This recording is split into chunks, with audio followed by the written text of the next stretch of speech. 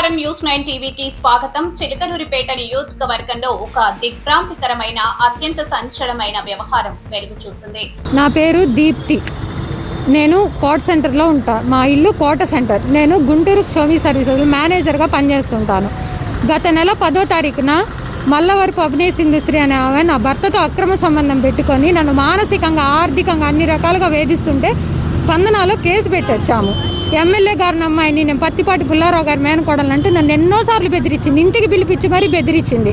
చెప్పినట్టు వినకు, మీ ఆయన వస్తుంటాడు వెళ్తుంటాడు, నువ్వు చూసి చూడనట్టు పో, లేకపోతే వాడిని చంపేస్తా, కేసుల్లో ఇరికిస్తా, వాడిని చంపి నీకు సెటిల్మెంట్ చేస్తాను, ఎన్నో రకాల బెదిరిస్తా. బెదిరింపులు తట్టుకోలేక కేసు గత నెల 10వ తారీఖున స్పందనలో కేసు పెట్టాను.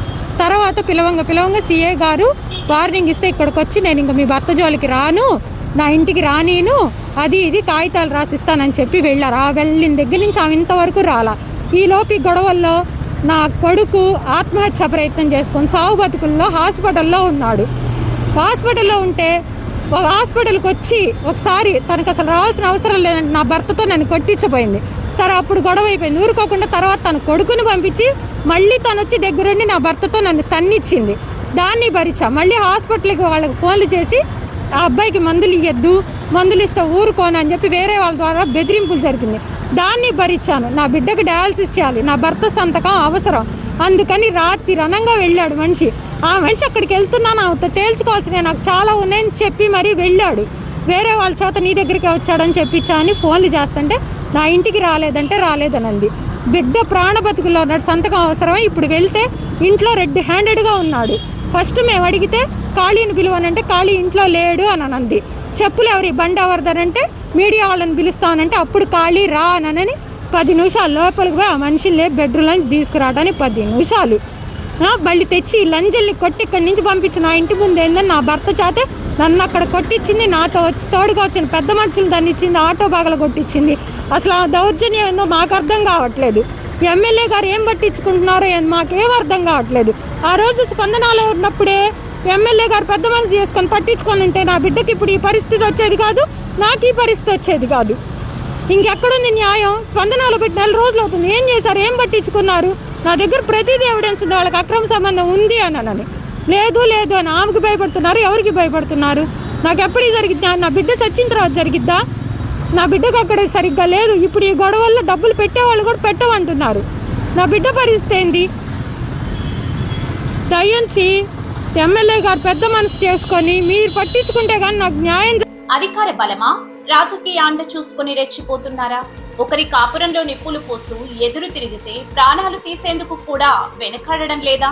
చిలకలూరిపేట ఎమ్మెల్యే బంధువు ఒక మహిళా నేత చేసిన ఆగడాలు ఇప్పుడు నియోజకవర్గంలో దావనంలా వ్యాపిస్తున్నాయి. నా భర్తను లాక్కుంది, నా సంసారాన్ని రోడ్డున పడేసింది, నా కొడుకు చావు బతుకుల్లో ఉండటానికి ఆ మహిళా నేతే కారణమంటూ దీప్తి అనే ఓ బాధితురాలు కన్నీరు మున్నీరవుతుంది.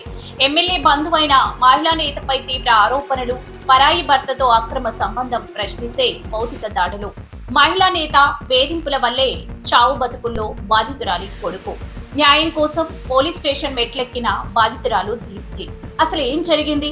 చిలకలూరిపేటలో వినిపిస్తున్న ఆ కన్నీటి గాథ వెనుక ఉన్న అసలు సూత్రధారి ఎవరు? బాధితురాలు దీప్తి ఆవేదన చూస్తే గుండె తరుక్కుపోతుంది.